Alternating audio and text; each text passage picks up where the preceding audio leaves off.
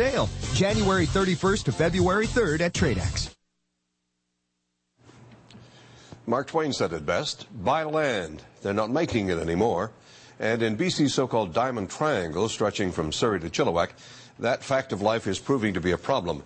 In part 3 of our focus on the region that's expecting explosive growth over the next decade, Ron Benzie reports on the crunch in industrial land that threatens to make doing business there prohibitively expensive. An old tire becomes almost new again. It's one of the thousands of tires recycled every day at Cal Tire's new facility in Chilliwack.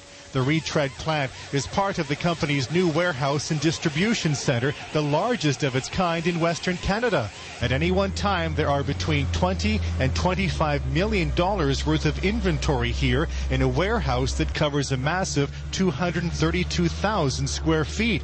When the company was looking to relocate from its much smaller facility on Annacis Island, it didn't realize how challenging it would be.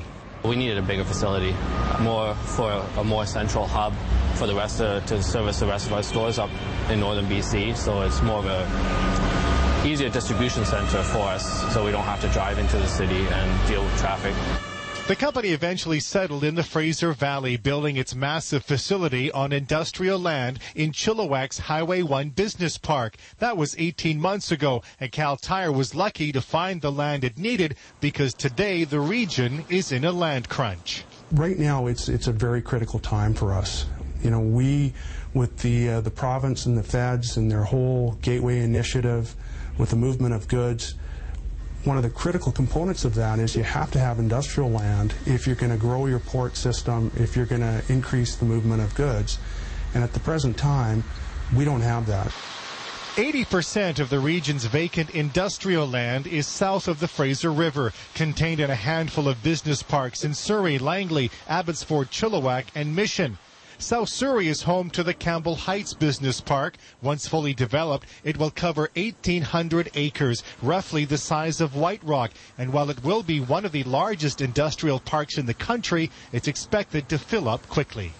The shortage of industrial land is translating to skyrocketing prices, which have more than doubled in the last 3 years. For example, in South Surrey, if you want to stake your claim, an acre of industrial land is going for up to $1.5 million.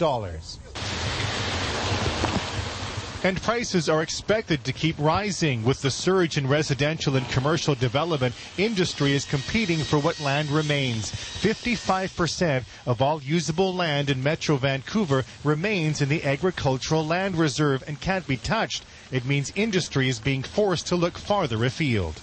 You can have all the residential development that you want, but ultimately people need a place to work.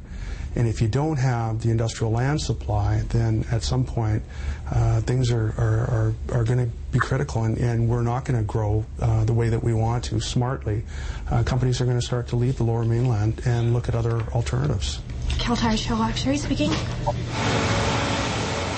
Cal Tire was fortunate it was able to find the land it needed, but to ensure other companies can do the same, there are now calls for the BC government to create an industrial land reserve, warning if nothing is done soon, the current supply of industrial land could all be gone within the next decade. Tomorrow night, with 700,000 new residents expected in the next 12 years,